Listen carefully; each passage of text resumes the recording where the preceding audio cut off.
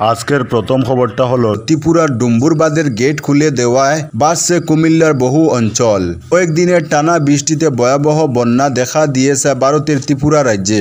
বন্যার কারণে ডুম্বুর জলবিদ্যুৎ প্রকল্পের বাঁধ খুলে দিয়েছে কর্তৃপক্ষ। এর ফলে হু হু করে জল ঢুকছে বাংলাদেশে। ত্রিপুরায় 4টি নদীর পানি বিপদসীমার উপর দিয়ে প্রবাহিত হচ্ছে। মঙ্গলবার বিকেল 4টা পর্যন্ত হাওড়া, দলাই, মুহুরী ও খোয়াই নদীর পানি বিপদসীমার উপর দিয়ে প্রবাহিত হচ্ছিল। ত্রিপুরার ভেতর দিয়ে প্রবাহিত হয়ে হাওড়া নদী বাংলাদেশের ব্রাহ্মণবাড়ী জেলায়, দলাই নদী মৌলভীবাজারে, মুহুরী নদী ফেনী জেলায় এবং খোয়াই নদী সিলেটে প্রবেশ করেছে। খোয়াইয়ের জেলা ম্যাজিস্ট্রেট চাঁদনী চন্দন জানিয়েছেন, খোয়াই নদীর পানি বিপদসীমা অতিক্রম করায় জেলার 2টি মহকুমা মারাত্মকভাবে ক্ষতিগ্রস্ত হয়েছে। তিনি স্থানীয় বাসিন্দাদের নদীর কাছে মাছ ধরা এড়িয়ে চলতে এবং ভূমিধস প্রবণ এলাকা থেকে দূরে থাকতে পরামর্শ দিয়েছেন। আজকের পরবর্তী খবরটি হলো বৃহস্পতিবার 3 দিনের সূচি নিয়ে বরাক সফরে মুখ্যমন্ত্রী। বৃহস্পতিবার 3 দিনের সফরসূচি নিয়ে বরাক উপত্যকায় আসছেন মুখ্যমন্ত্রী হিমন্ত বিশ্ব শর্মা। বৃহস্পতিবার গুয়াহাটি থেকে এসে দুপুর 1:45 শিলচর কুম্ভীরগ্রাম বিমানবন্দরে অবতরণের পর মুখ্যমন্ত্রী লক্ষ্মীপুর মহকুমার শিলঘাটে গিয়ে বরাক নদীর উপর প্রস্তাবিত সেতুর শিলান্যাস করবেন 2:30। এরপর বিকেল 4টায় দলাইয়ের বরজালেঙ্গায় মডেল ডিগ্রি কলেজের শিলান্যাস করে সেখানে জনসভায় বক্তব্য রাখবেন। বরজালেঙ্গা থেকে শিলচরে এসে বিকেল 5:45 যাবেন কাছাড় ক্যান্সার হাসপাতাল পরিদর্শনে। এরপর সন্ধ্যা 6:35 বিজেপি কার্যালয়ে গিয়ে যোগ দেবেন দলীয় কার্যসূচিতে। বিজেপি কার্যালয়ের পর রাত 7:35 যাবেন প্রাক্তন কেন্দ্রীয় মন্ত্রী কবীন্দ্র পুরকাইসের বাসভবনে। রাত 8টায় সেখান থেকে বেরিয়ে পুলিশ গেস্ট হাউসে গিয়ে রাত যাপন করবেন। এছাড়া শুক্রবার ও শনিবার বরাক উপত্যকার বাকি 2 জেলাতে অনেকগুলো অনুষ্ঠান রয়েছে মুখ্যমন্ত্রীর। আজকের পরবর্তী খবরটি হলো 16 বছরের খরা কাটল। রাজ্যসভায় যাচ্ছেন করিমগঞ্জের মিশন রঞ্জন দাস। রাজ্যসভায় অসমের 2টি শূন্য আসনে দলীয় প্রার্থীদের নাম ঘোষণা করল কেন্দ্রে ও রাজ্যে ক্ষমতাসীন বিজেপি দল। এই 2টি আসনে দাবিদারের সংখ্যা বেশ দীর্ঘই ছিল। তা থেকে 10 জনের তালিকা তৈরি করে দলের কেন্দ্রীয় নির্বাচন কমিটির কাছে বিবেচনার জন্য পাঠানো হয়। সেটা বাছাই করে শেষ পর্যন্ত মঙ্গলবার প্রাক্তন কেন্দ্রীয় মন্ত্রী রামেশ্বর তেলী এবং প্রাক্তন বিধায়ক মিশন রঞ্জন দাসকে দলীয় প্রার্থী করার কথা ঘোষণা করা হয়েছে। দিল্লিতে প্রার্থী করার কথা ঘোষণা করা হয়েছে। দলের কেন্দ্রীয় নির্বাচন কমিটির রনে প্রার্থীদের নাম ঘোষণার আগে কেন্দ্রীয় স্বরাষ্ট্রমন্ত্রী অমিত শাহের সঙ্গে ম্যারাথন বৈঠকে বসেছিলেন মুখ্যমন্ত্রী হিমন্ত বিশ্ব শর্মা। তার সঙ্গে ছিলেন প্রদেশ বিজেপির সভাপতি ভবেশ কলিতা। তাৎপর্যপূর্ণভাবে সুদীর্ঘ 16 বছরের খরা কাটিয়ে ফের রাজ্যসভায় যাচ্ছেন বরাক উপত্যকার বাঙালি প্রথম প্রতিনিধি, উত্তর করিমগঞ্জের প্রাক্তন বিধায়ক ও দলের প্রবীণ নেতা মিশন রঞ্জন দাস। এ খবর ছড়িয়ে পড়তে উপত্যকার বিজেপি শিবির এখন যথেষ্ট উল্লসিত। তবে বিজেপি তাই নয়, দলের বাইরেও বিভিন্ন মহল থেকে বিজেপি নেতৃত্বের সিদ্ধান্তে সন্তোষ ব্যক্ত করা হয়েছে। আজকের পরবর্তী খবরটি হলো গর্ত ভরাটের কাজে বাধা রংপুরে। বেহাল দৃশ্য মুখ্যমন্ত্রী স্বচক্ষে দেখেন এমনটাই দাবি। মুখ্যমন্ত্রী আসার আগে শহরের রাস্তাগুলো যাতায়াতের উপযোগী করে তুলতে চলেছে যুদ্ধকালীন তৎপরতায় গর্ত ভরাটের কাজ। বুধবার একইভাবে পূর্ত বিভাগের কর্মীরা রংপুর ভিআইপি সড়কে মেরামতির কাজ শুরু করেন। সে সময় স্থানীয় কিছু যুবক কাজে বাধা প্রদান করেন। তারা বলেন, দীর্ঘদিন থেকে যাতায়াতে সাধারণ মানুষ দুর্ভোগ পোহাচ্ছেন, আর মুখ্যমন্ত্রীর সফর শুনে বিভাগীয় কর্মীরা কাজে হাত লাগান। তা হবে না বলে বাধা দেন। খবর পেয়ে রংপুর পুলিশ পৌঁছে যুবকদের তাড়িয়ে দেয়। পরে পুলিশের নজরদারিতে চলে মেরামতির কাজ। স্থানীয় যুবকদের বক্তব্য, বেহাল রাস্তার দরুন প্রতিদিন ছোটোখাটো দুর্ঘটনা ঘটছে, কিন্তু কোনো কাজ হয়নি। মুখ্যমন্ত্রী সড়কের বেহাল দৃশ্য স্বচক্ষে দেখতে পান, তাই তারা কাজে বাধা দিয়েছেন। উল্লেখ্য, 3 দিনের কর্মসূচি নিয়ে বৃহস্পতিবার বরাক সফরে আসছেন মুখ্যমন্ত্রী হিমন্ত বিশ্ব শর্মা। আর মুখ্যমন্ত্রীর আগমনের ঠিক আগ মুহূর্তে তড়িঘড়ি শহরের বেহাল সড়কগুলো মেরামতের কাজে নেমেছে পূর্ত বিভাগ, যাতে মুখ্যমন্ত্রীর যাতায়াতে কোনো অসুবিধা না হয়। আজকের পরবর্তী খবরটি হলো সেপ্টেম্বরের মধ্যে 97% আবাস তৈরির কাজ শেষ হবে বলে জানালেন মন্ত্রী রঞ্জিত দাস। বরাক ছাড়ার আগে বুধবার সকালে কাছাড় জেলা বিজেপির কার্যালয়ে এক সাংবাদিক সম্মেলন করলেন মন্ত্রী রঞ্জিত দাস। সাংবাদিক সম্মেলনে মন্ত্রী রঞ্জিত দাস বলেন, রাজ্যে 40 লক্ষ ভুয়ো রেশন কার্ড খুঁজে বের করার পাশাপাশি সরবরাহ সরবরাহ বিভাগের তরফে ইতিমধ্যে 50 লক্ষ রেশন কার্ড বাতিল করা হয়েছে।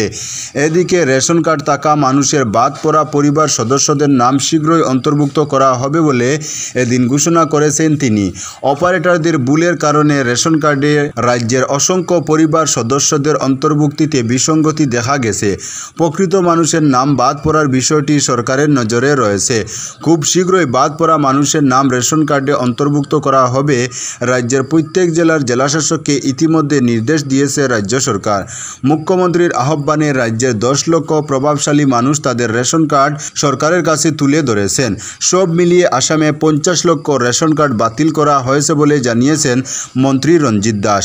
বর্তমানে রাজ্যে রেশন কার্ডের সংখ্যা 66,25,917টি বলে জানিয়েছেন তিনি। মন্ত্রী আরও জানান, আগামী ডিসেম্বর মাসে রাজ্যে পঞ্চায়েত নির্বাচন অনুষ্ঠিত হবে।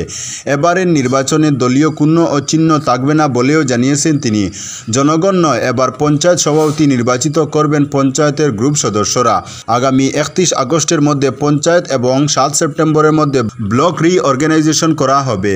2001 সালের সেন্সাস অনুযায়ী এই ব্লক রিঅর্গানাইজেশন করা হবে এবং এই প্রক্রিয়া সম্পন্ন হওয়ার পর ডিসেম্বরে পঞ্চায়েত নির্বাচন অনুষ্ঠিত হবে বলে জানিয়েছেন পঞ্চায়েত ও গ্রামোন্নয়ন মন্ত্রী রঞ্জিত দাস। এদিন প্রধানমন্ত্রী আবাস যোজনার অধীনে গৃহ নির্মাণ পরিসংখ্যানও তুলে ধরেন মন্ত্রী। তিনি জানান, গোটা রাজ্যে প্রধানমন্ত্রী আবাস যোজনার অধীনে 20 লক্ষ গৃহ নির্মাণের লক্ষ্যমাত্রা ধার্য করা হয়েছিল। এর মধ্যে গতকাল পর্যন্ত তৈরি হয়ে গেছে 19,21,000 গৃহ।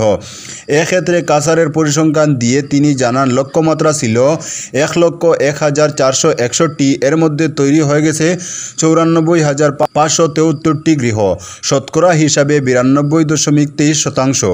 হাইলাকান্দিতে লক্ষ্যমাত্রা ছিল 43,724। কাজ শেষ হয়েছে এর মধ্যে 40,242টি ঘরের, শতকরা হিসাবে 92.02%। এবং করিমগঞ্জের লক্ষ্যমাত্রা ছিল 72,162।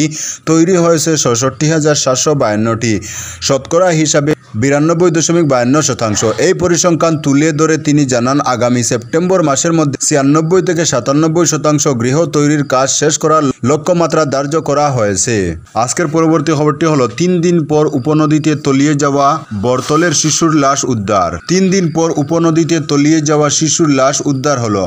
বুধবার 7 সকালে পুলিশ ও গ্রামবাসী 8 বছর বয়সী প্রীতম পানিকর নিতর দেহ রাজবংশী বস্তি এলাকা থেকে উদ্ধার করেন। উল্লেখ্য, গত সোমবার ভোরে এই ঘটনা সংঘটিত হয়েছে বরতল তাইলু জিপিতে। বরতল তাইলু জিপির তাইলু কলোনির বাসিন্দা রামু পানিকর ছেলে প্রীতম পানিকা বুড়ে অভিভাবকদের সঙ্গে স্থানীয় উপনদী থেকে জল সংগ্রহ করতে গিয়েছিল। জল তুলতে গিয়ে সে পড়ে গিয়ে নিখোঁজ হয়ে যায়। মুহূর্তের মধ্যে তলিয়ে যায় প্রীতম। তাকে আর খুঁজে পাওয়া যায়নি। খবর পেয়ে সঙ্গে সঙ্গে সেখানে ছুটে যান লক্ষ্মীপুরের বিধায়ক কৌশিক রায়। তিনি খবর করেন এসডিআরএফ বাহিনীকে। খবর পেয়ে পৌঁছে এসডিআরএফ দল লাবক নদীতে দিনভর তল্লাশি অভিযান চালিয়েও প্রীতম পানিকরের কোনো সন্ধান পাওয়া যায়নি। অবশেষে 3 দিন পর তার দেহ উদ্ধার হয়। এ মর্মান্তিক ঘটনা গোটা এলাকায় শোকের ছায়া নেমে এসেছে। আজকের পরবর্তী খবরটি হলো, 37 বছর বাংলাদেশে বন্দী শাহজাহান স্বদেশে ফিরলেন, খুশিতে আত্মহারা। দীর্ঘ 37 বছর পর বাংলাদেশের কুমিল্লার কেন্দ্রীয় কারাগার থেকে স্বদেশে ফিরলেন শাহজাহান উর্ফে বিলাস।